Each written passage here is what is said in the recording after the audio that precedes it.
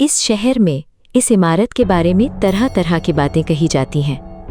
ये 2 मंजिला स्कूल शहर के बिल्कुल किनारे पर है, जो 30 साल से ज़्यादा समय से वीरान पड़ा है। इसकी दीवारों पर अब भी पुराने पेंट के धब्बे और दरारें साफ दिखती हैं। कहीं कहीं ईंट भी झांकने लगी है। यहाँ तक सड़क भी ठीक से नहीं जाती।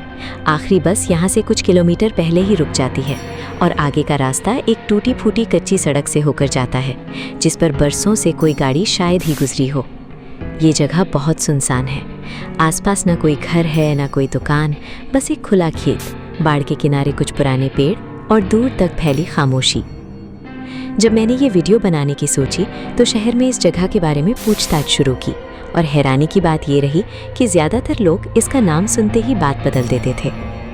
मुझे 3 कहानियाँ सुनने को मिली उन लोगों से जो पिछले कुछ सालों में अलग अलग समय पर यहाँ आए थे। अगर आप चाहें तो इन्हें शहरी किंवदंतियाँ कह सकते हैं, लेकिन हर किसी को यकीन था कि उसने वो अपनी आंखों से देखा था, और हर किसी की आवाज़ में कहानी बताते वक्त एक जैसी झिझक थी। उनमें से कुछ लोग तो अब भी यहाँ तक कि एक छोटे इंटरव्यू के लिए भी वापस आने को तैयार नहीं है। एक ने तो सीधा कह दिया कि वो फ़ोन पर भी इस जगह के बारे में बात करना पसंद नहीं करेगा। मैंने खुद ये रास्ता तय करने का फैसला किया और आपको ये कहानियाँ वहीं सुनाने का जहाँ ये हुई थी। कैमरा, ट्राइपॉड और थोड़ी सी हिचकिचाहट लेकर मैं यहाँ आ पहुँची। आज मौसम भी ठीक ठाक है, बादल तो हैं पर रोशनी काफ़ी है, बिल्कुल आम दिन जैसा, बिना किसी रहस्य के। हवा भी हल्की और ठंडी है। फिर भी गेट के पास पहुँचते पहुँचते मेरे कदम एक पल के लिए धीमे पड़ गए। शायद उन कहानियों की वजह से जो मैंने अभी अभी सुनी थी, या शायद बस इस जगह के सन्नाटे की वजह से। दरवाजे पर हाथ रखते हुए मुझे एहसास हुआ कि पिछले कुछ हफ्तों में मैंने जिन लोगों से बात की, उनमें से किसी ने भी मुझे यहाँ अकेले आने की सलाह नहीं दी थी। चलिए शुरू करते हैं। ये कहानी एक लड़की ने सुनाई जिसका नाम नास्त्या था। वो अपने दोस्त ओलेग के साथ देर शाम यहाँ आई थी, बस यूं ही घूमने। कुछ खास वजह नहीं थी, बस एक शाम जो बहुत लंबी लग रही थी और कुछ नया करने का मन था। वे अपने गांव वाले घर से लौट रहे थे और स्थानीय लोगों की बातें सुनकर यहाँ का चक्कर लगाने का फैसला किया। किसी पड़ोसी ने जिक्र किया था कि ये स्कूल अभी भी वहीं खड़ा है, बस अब कोई उसकी तरफ जाता नहीं। रास्ते में वे मजाक भी कर रहे थे कि ये सारी कहानियाँ बस बच्चों को डराने के लिए बनाई गई हैं, ताकि वे रात को बाहर ना भटके। दोनों को ये सब हल्के में लेने की आदत थी। रास्ते में उम्मीद से ज़्यादा वक्त लग गया। रास्ता उतना सीधा नहीं था जितना नक्शे में दिख रहा था, और अंधेरा भी उम्मीद से कहीं ज़्यादा जल्दी हो गया। नास्त्या ने एक बार फ़ोन पर नक्शा भी खोला, पर सिग्नल इतना कमज़ोर था कि नक्शा ठीक से लोड ही नहीं हुआ। गाड़ी उन्होंने मोड़ पर ही छोड़ दी, क्योंकि आगे की सड़क इतनी ख़राब थी कि गाड़ी वहाँ से निकालना मुश्किल हो जाता। इसलिए बाकी रास्ता कच्ची सड़क पर पैदल तय किया। कदमों के नीचे कंकड़ और सूखी टहनियाँ चटकती रहीं। अंदर वे लगभग अंधेरे में दाखिल हुए। दोनों के पास सिर्फ एक टॉर्च थी, जिसकी बैटरी भी शायद पूरी तरह भरी हुई नहीं थी, इसलिए रोशनी थोड़ी पीली और कमज़ोर लग रही थी। दरवाज़ा खोलते वक्त इतनी ज़ोर से चरमराया कि दोनों बिना चाहे चौंक गए। ओलेग ने बाद में मजाक में कहा कि उस आवाज़ ने उसका आधा डर वहीं निकाल दिया। अंदर सीलन और पुराने कागज़ों जैसी गंध आ रही थी, ऐसी गंध जो किसी भी लंबे समय से बंद पड़ी जगह में मिलती है। थोड़ी नमी, थोड़ी धूल और कहीं दूर सड़ी हुई लकड़ी की भी हल्की महक। पहली मंजिल जल्दी पार कर ली। पहले एक खाली क्लासरूम जहां टूटी हुई डेस्कें अस्त व्यस्त पड़ी थीं, फिर गलियारा, फिर वो टॉयलेट जिसकी नीली सफ़ेद टाइलें जगह जगह से उखड़ चुकी थीं। फर्श कहीं कहीं धंस रहा था, इसलिए ओलेग दीवार के पास पास चलने की कोशिश कर रहा था। हर कदम रखने से पहले एक बार फर्श को टॉर्च से देख लेता था। फिर वे एक बड़े कमरे में पहुंचे, जहां लंबी मेज़ों पर फीके पड़ चुके लाल मेज़पोश बिछे थे। मेज़ों की लकड़ी जगह जगह से सूज चुकी थी, नमी की वजह से। दीवारों पर सोवियत झंडे, एक धुंधली हो चुकी तस्वीर और मेज़ों पर बिखरे ताश के पत्ते, जैसे कोई खेल अधूरा छोड़कर गया हो। कुछ पत्ते तो हवा से उड़कर फर्श पर बिखर गए थे, और एक कोने में एक पुराना जंग लगा हुआ समावार भी रखा था। खिड़की के पर्दे इतने फटे हुए थे कि उनसे बाहर की धुंधली रोशनी छनकर अंदर आ रही थी। नास्त्या ने मजाक में कहा कि यहाँ जैसे कल ही कोई मीटिंग खत्म हुई हो और सब लोग बस चाय पीने के लिए बाहर गए हों। ओलेग एक कुर्सी पर बैठ गया, ये देखने के लिए कि क्या वो अब भी उसका वज़न सहन कर सकती है। कुर्सी ने हल्की चरमराहट के साथ उसका साथ दिया और उसने राहत की सांस लेते हुए कहा कि कम से कम ये टूटी नहीं। नास्त्या फ़ोन से कमरे की तस्वीरें ले रही थी। तभी ओलेग अचानक चुप हो गया और दरवाजे के पास रुक गया। उसका चेहरा अचानक सख्त पड़ गया था। उसने पूछा क्या हुआ। उसने फ़ौरन जवाब नहीं दिया, बस उस गलियारे की तरफ देखता रहा जहाँ से वे अभी अभी आए थे। उसकी आंखें एक ही जगह टिकी हुई थीं। कुछ पलों बाद उसने धीरे से, लगभग फुसफुसाते हुए कहा कि उसने गलियारे के आखिर में एक आदमी को देखा है। कोई साया या परछाई नहीं, एक आम बड़ा आदमी बिल्कुल स्थिर खड़ा हुआ और शायद उन्हीं की तरफ देख रहा था, हाथ नीचे लटके हुए, कोई हरकत नहीं। ओलेग ने बाद में कहा कि उस आदमी के कपड़े भी उसे सामान्य ही लगे थे, ना कोई पुराना फैशन, ना कुछ अजीब, बस एक साधारण आदमी जो वहाँ खड़ा नहीं होना चाहिए था। जैसे ही ओलेग ने पलक झपकाई या एक पल के लिए नजरें हटाईं, गलियारा पहले ही खाली हो चुका था, जैसे उसने कुछ देखा ही ना हो। उसने खुद से पूछा कि क्या ये थकान का असर था, पर वो इतना थका हुआ नहीं था। नास्त्या खुद देखने गई, हाथ में फ़ोन की टॉर्च लिए हुए। गलियारा खाली था और मोड़ तक करीब 15 मीटर लंबा था, सीधा और बिना किसी दरवाजे के जहाँ कोई छुप सकता। यानी अगर वहाँ कोई खड़ा था तो या तो वो बहुत तेज़ी से अंधेरे में पीछे हट गया या फिर बस गायब हो गया। दोनों में से कोई भी बात मुमकिन नहीं लगती थी। कुछ पल दोनों बस चुपचाप खड़े रहे, कान लगाकर सुनते हुए। पर इमारत में पूरी तरह सन्नाटा था। कहीं दूर कोई चीज़ हल्के से टकराई हो, ऐसा भी नहीं लगा। सिर्फ उनकी अपनी सांसों की आवाज़ सुनाई दे रही थी। उन्होंने आगे जांच नहीं की, सीधे बाहर की तरफ चल पड़े, उसी रास्ते से, तेज चलने की कोशिश करते हुए, पर दौड़े नहीं, जैसे दौड़ना किसी चीज़ को असली मान लेने जैसा होता। क्योंकि बाद में दोनों ने माना कि उस पल किसी वजह से एक दूसरे की तरफ पीठ करने में डर लग रहा था, इसलिए वे लगभग एक दूसरे के साथ चिपके हुए चले। बाहर आकर इमारत से करीब 100 मीटर दूर जाकर ओलेग ने पीछे मुड़कर देखा।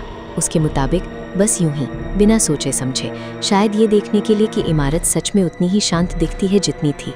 उसने बताया कि दूसरी मंजिल की एक खिड़की में, जहां जिम था, एक हल्की रोशनी जल रही थी, बिल्कुल स्थिर, न टिमटिमाती न हिलती, और वो टॉर्च जैसी नहीं लग रही थी, बराबर हल्की, जैसे कोई पुराना बल्ब आधा अधूरा जल रहा हो।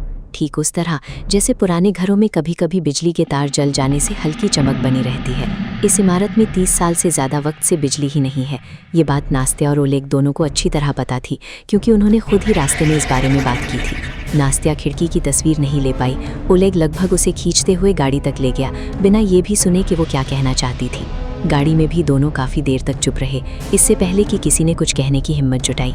गाड़ी स्टार्ट करने में भी ओलेग की उंगलियां थोड़ी कांप रही थीं। उस एक तस्वीर में जो उसने पहले झंडों वाले कमरे में गलती से खींची थी, फ्रेम के किनारे में गलियारे का दरवाज़ा भी आ गया था। बाद में उसने वो तस्वीर बार बार बड़ा करके देखी। तस्वीर में कुछ भी अजीब नहीं दिखता, लेकिन वो अब भी कभी कभी उस तस्वीर को देखती है, जैसे उसमें कुछ ढूंढ रही हो, कुछ ऐसा जो शायद कभी नहीं मिलेगा। कभी कभी वो उस तस्वीर को जूम करके कोने कोने में देर तक देखती रहती है, बिना ये जाने कि दरअसल वो क्या ढूंढ रही है। उसने ये कहानी सिर्फ अपने 2-3 करीबी दोस्तों को ही सुनाई। बाकी लोगों को ये बताते वक्त वो हमेशा हल्के से मुस्कुरा देती, जैसे ये बस एक मज़ेदार किस्सा हो। हालांकि उसकी आंखों में वो हल्कापन नहीं होता। ओलेग तो अब भी इस बारे में बात करने से बचता है, और जब भी वो इलाका किसी बातचीत में आता है, वो बस चुपचाप विषय बदल देता है। दूसरी कहानी 3 छात्रों की है, इगोर, मरीना और डेनिस। वे आर्किटेक्चर पढ़ते थे और उन्होंने सोवियत दौर की इमारतों पर अपने प्रोजेक्ट के लिए इसी स्कूल को चुना था।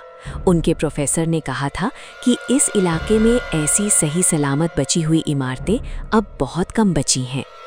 वे दिन के वक्त खास तौर पर इसलिए आए थे ताकि आराम से तस्वीरें और माप ले सकें, और किसी को ये डर भी नहीं था कि रात में कुछ अजीब हो सकता है, क्योंकि किसी ने भी मजाक में भी मिस्ट्री की बात नहीं की थी।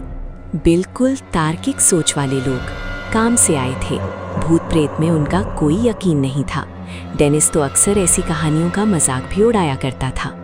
गाड़ी में ही उन्होंने तय कर लिया था कि कौन तस्वीरें लेगा, कौन माप लेगा, कौन नोट्स बनाएगा, ताकि कोई वक्त बर्बाद ना हो और सब कुछ तय समय में हो जाए, क्योंकि उन्हें शाम तक वापस शहर लौटना था। वे उसी गलियारे से होकर अंदर गए, टॉयलेट और झंडों वाले कमरे के पास से बिना रुके गुजरे। मरीना ने बस उन कमरों की तरफ एक नज़र डाली और आगे बढ़ गईं, क्योंकि उनका असली मकसद जिम था। एक और ने रास्ते में कुछ पुरानी दीवार लिखने की तस्वीरें भी लीं, ये सोचकर कि शायद वे भी काम आए। वे जिम तक पहुँचे। ये पहली मंजिल पर ही है, लेकिन इसकी छत ऊंची है, 2 मंजिल जितनी, जिससे अंदर एक अजीब सी गूंज पैदा होती थी।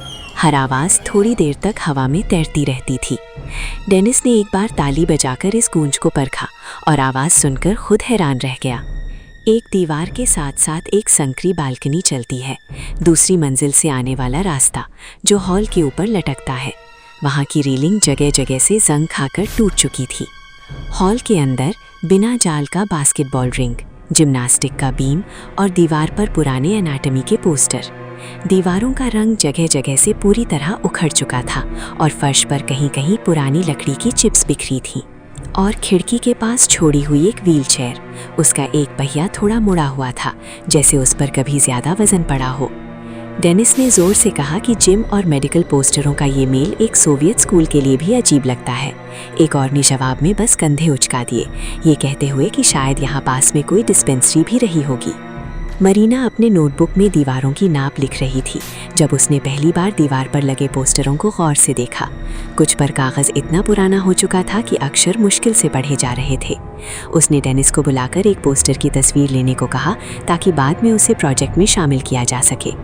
मरीना टेप से कमरे की माप ले रही थी, तभी तीनों ने एक साथ नीचे से कोई आवाज़ सुनी, इतनी अचानक कि तीनों का हाथ एक साथ रुक गया। धीमी, अस्पष्ट आवाज़, जैसे कोई चीख या एक साथ कई आवाज़ें, दूर से भी और बिल्कुल पास से भी, फर्श के नीचे से। इगोर ने बाद में कहा कि उसे लगा जैसे ये आवाज़ एक साथ कई दिशाओं से आ रही हो, जैसे पूरी इमारत ही उसका स्रोत हो। तीनों वहीं ठिठक गए। किसी ने फौरन ये कहने की हिम्मत नहीं की कि उसने क्या सुना है। हर कोई एक दूसरे के चेहरे पर वही सवाल तलाश रहा था जो खुद उसके मन में था। डेनिस को याद आया कि उस बालकनी तक दूसरी मंजिल से पहुंचा जा सकता है और उसने सोचा कि शायद ऊंचाई से आवाज़ का स्रोत समझना आसान होगा। वो इमारत की सीढ़ियों से ऊपर गया और बालकनी में पहुंचा, ये सोचकर कि वहां से आवाज़ बेहतर सुनाई देगी। हर सीढ़ी पर उसके कदम थोड़े धीमे होते गए, लेकिन ऊपर जाकर आवाज़ उल्टा और धीमी हो गई, जैसे उसका स्रोत ठीक पहली मंजिल के फर्श के नीचे हो। मरीना ने अंदाज़ा लगाया कि शायद ये पुराने वेंटिलेशन सिस्टम की गूंज हो, हालांकि उसे खुद इस पर पूरा यकीन नहीं था और उसकी आवाज़ में भी वो यकीन नहीं झलक रहा था। इगोर ने इमारत के बाहर देखने का सुझाव दिया। वे गलियारे से गुजरे, टॉयलेट में झंडों वाले कमरे में झांका। हर जगह सन्नाटा था, जैसे आवाज़ सिर्फ जिम के आसपास ही सीमित हो। आवाज़ जैसे पूरी इमारत के नीचे से आ रही थी, लेकिन तहखाने का कोई रास्ता उन्हें कहीं नहीं मिला। हालांकि तीनों ने अलग अलग दिशाओं में देखा। ना कोई ढक्कन, ना नीचे जाने वाली सीढ़ियाँ, ना कोई तख्ती वाला दरवाज़ा, जैसे ये इमारत हमेशा से बस 2 मंजिलों की ही बनी हो। डेनिस ने मजाक में कहा कि शायद नक्शा बनाने वाले ने गलती से तहखाना जोड़ दिया हो, पर उसकी आवाज़ में वो पुराना यकीन नहीं था। मरीना ने इमारत की बाहरी दीवार के साथ साथ चलकर देखा, ये सोचकर कि शायद कोई खिड़की या तहखाने की जगह दिख जाए, लेकिन दीवार पर कहीं भी कोई सुराख या खिड़की जैसा निशान नहीं मिला, सिर्फ सपाट पुरानी ईंट की दीवार। वे अपना सामान लेने जिम लौटे। आवाज़ फिर से सुनाई दी, इस बार छोटी, जैसे बीच में ही टूट गई हो, और उसके बाद फिर पूरी तरह खामोशी छा गई। तीनों में से किसी ने आगे खोजने का सुझाव नहीं दिया और किसी ने इस बारे में सीधे कुछ कहा भी नहीं। बस सामान समेटने की रफ्तार अचानक थोड़ी बढ़ गई थी। मरीना ने बाद में बस इतना कहा, ये ज़रूरी नहीं कि उन्हें भूत प्रेत पर यकीन हो, पर आवाज़ इंसानी लग रही थी और किसी अनदेखे इंसान वाली जगह में रुकने की इच्छा किसी की नहीं थी। उन्होंने योजना से पहले ही काम खत्म किया और सूरज ढलने से पहले वहां से निकल गए। हालांकि योजना के मुताबिक उन्हें अभी कम से कम 1 घंटा और वहां रुकना था। घर लौटते वक्त तीनों ने तय किया कि इस आवाज़ के बारे में किसी को खुलकर नहीं बताएंगे, कहीं मजाक न बन जाए। खासकर डेनिस, जो हमेशा दूसरों की डरावनी कहानियों पर हंसा करता था। 1 महीने बाद डेनिस ने इमारत के नक्शे में तहखाने को ढूंढने की कोशिश की, जब वो अपनी कोर्सवर्क के लिए पुराने आर्काइव से गुजर रहा था। पुराने नक्शों में तहखाना सचमुच दिखाया गया था। बाहर से अलग रास्ते के साथ, जो शायद बाद में बंद कर दिया गया था। दस्तावेज़ों में इसकी कोई साफ वजह दर्ज नहीं थी। यानी जो आवाज़ उन्होंने सुनी वो उस जगह से आ रही थी जहां जाने का कोई रास्ता, जहां तक पता है, सालों से मौजूद ही नहीं है। ये सोचकर डेनिस को अच्छी नींद नहीं आई उस रात। उनका प्रोजेक्ट पास हो गया। इस वाक़ये का जिक्र उन्होंने अपने काम में कहीं नहीं किया। हालांकि तीनों अब भी कभी कभी आपस में हल्के मजाक में इस आवाज़ का जिक्र कर बैठते हैं। मरीना ने एक बार कहा कि अगर कभी दोबारा वहां जाने का मौका मिले तो वो शायद मना कर दे। सिर्फ प्रोजेक्ट के लिए इतना जोखिम शायद ज़रूरी नहीं। तीसरी कहानी एक सिक्योरिटी गार्ड विक्टर की है। उसे एक निर्माण कंपनी ने इमारत को गिराए जाने से पहले उसकी निगरानी के लिए रखा था। ये उसकी उम्र में शायद 5वीं या 6ठी ऐसी नौकरी थी, ज़्यादातर खाली पड़ी इमारतों की निगरानी करने वाली। काम बस औपचारिकता समझा जाता था। कुछ दिनों में एक बार देखना कि कोई अंदर तो नहीं घुसा, आग तो नहीं लगी, धातु का सामान चोरी तो नहीं हुआ। यानी बस एक साधारण दोहराई जाने वाली ड्यूटी, जिसमें ज़्यादा सोचने की ज़रूरत नहीं पड़ती थी। ये इमारत रिहायशी इलाकों से काफ़ी दूर है। सबसे नज़दीकी घर भी कम से कम आधे घंटे पैदल दूरी पर है। विक्टर अक्सर अपनी बाइक से यहाँ आता और उसे पार्क करके बाकी रास्ता पैदल तय करता। ऐसी जगह जहाँ बिना किसी वजह के कोई यूं ही नहीं भटकता, और पिछले महीनों में विक्टर ने यहाँ कभी किसी और इंसान को नहीं देखा था। पहले हफ्ते विक्टर ज़्यादातर पहली मंजिल पर ही घूमता रहा, धीरे धीरे रास्ते और अंधेरे का आदी होते हुए। पहले कुछ दिन तो वो हर कोने में टॉर्च घुमाकर देखता, पर धीरे धीरे ये आदत कम होती गई। काम के दूसरे हफ्ते में विक्टर पहली बार आखिर तक गया, गिरी हुई अलमारियों वाली लाइब्रेरी से होकर, जहाँ किताबें फर्श पर घनी परत की तरह बिखरी थीं, कुछ बीच के पन्ने पर खुली हुई थीं। हवा में धूल इतनी थी कि टॉर्च की रोशनी में वो साफ तैरती हुई दिख रही थी। वो एक पल के लिए रुका, किताबों की जिल्दें देखता रहा। पाठ्य पुस्तकों के बीच कुछ ऐसी किताबें भी थीं जो मेडिकल रिकॉर्ड जैसी लगती थीं, हाथ से लिखी तारीखों और नामों के साथ। हालांकि उसने उस वक्त इस पर ज़्यादा ध्यान नहीं दिया। गलियारे में आगे वही टॉयलेट, वही उखड़ी हुई टाइलों वाला, जिससे बाद में पहली कहानी वाले भी गुजरे थे। हालांकि विक्टर को उस कहानी के बारे में कुछ पता नहीं था। बस पहले हफ्ते में विक्टर उसे ठीक से देख नहीं पाया था। दरवाज़ा लगभग पूरी तरह एक पुरानी स्कूल डेस्क से ढका हुआ था, और धूल की परत देखकर लगता था कि वो बहुत पहले से वहाँ रखी थी, शायद बरसों से। उस दिन डेस्क एक तरफ दीवार के पास खड़ी थी, जैसे किसी ने रास्ता बनाने के लिए उसे हटाया हो। फर्श पर धूल में डेस्क के पैरों के खिंचने के निशान भी साफ दिख रहे थे। विक्टर को पूरा यकीन था कि 2 हफ्तों के काम में उसने खुद उसे कभी नहीं छुआ था। उसने अपनी यादाश्त पर भी शक किया, पर जितना वो सोचता उतना ही यकीन बढ़ता गया कि उसने वाकई कुछ नहीं किया था। अंदर जाने से पहले वो दरवाजे पर कुछ पल यूं ही खड़ा रहा, टॉर्च की रोशनी अंदर डालते हुए, ये देखने की कोशिश करते हुए कि अंदर कुछ हिलता तो नहीं। वो अंदर गया। दीवार के साथ टॉयलेट्स की कतार, वही पहचानी हुई टाइलें, फर्श पर वही पुरानी सूखी हुई काई के निशान जो उसने बाहर से पहले भी देखे थे, और उनके बीच बिल्कुल कोने में ऊंची पीठ वाली एक पुरानी लकड़ी की कुर्सी, हाथों के लिए लोहे की पट्टियों के साथ, टॉयलेट के बीच अजीब तरह से अलग दिखती हुई, जैसे उसे किसी और कमरे से लाकर बस वहीं छोड़ दिया गया हो। कुर्सी की लकड़ी जगह जगह से फटी हुई थी, फिर भी वो अजीब तरह से मजबूत लग रही थी, जैसे उसे बनाया ही इसलिए गया हो कि वो बरसों टिकी रहे। वो ज़रूरत से ज़्यादा उस कुर्सी के पास नहीं गया। कुछ दूरी से ही उसने टॉर्च घुमाकर उसे देख लिया, ये काफ़ी समझते हुए। विक्टर ने कमरा देखा और खिसकी हुई डेस्क और उस कुर्सी के अलावा कुछ और अजीब नहीं मिला। उसने ये बात अपनी रिपोर्ट में लिख दी, बस एक सीधी सी लाइन, जैसे वो किसी टूटी खिड़की के बारे में लिख रहा हो। वापस लाइब्रेरी से गुजरते हुए उसने फर्श पर धूल में कदमों की एक लाइन देखी, ठीक उस जगह जहाँ से वो खुद अभी अभी गुजरा था। पर ये निशान उसके अपने जूतों के निशान जैसे बिल्कुल नहीं लग रहे थे। वे उसके अपने निशान नहीं थे, वो तो दूसरी तरफ से आया था, और उसके जूतों का तल्ला भी अलग पैटर्न का था। निशान लाइब्रेरी के दूर वाले कोने से टॉयलेट के दरवाजे तक जाते थे और वापस आते थे। कम से कम 2 बार आना जाना हुआ था, जैसे कोई वहाँ बार बार गया और लौटा हो। इमारत ताले से बंद थी, जिसकी चाबी सिर्फ उसके पास और कंपनी के दफ्तर में थी। विक्टर ने खुद उस सुबह ताला खोला था, और अंदर आते वक्त कोई और चाबी उसे कहीं नहीं दिखी थी।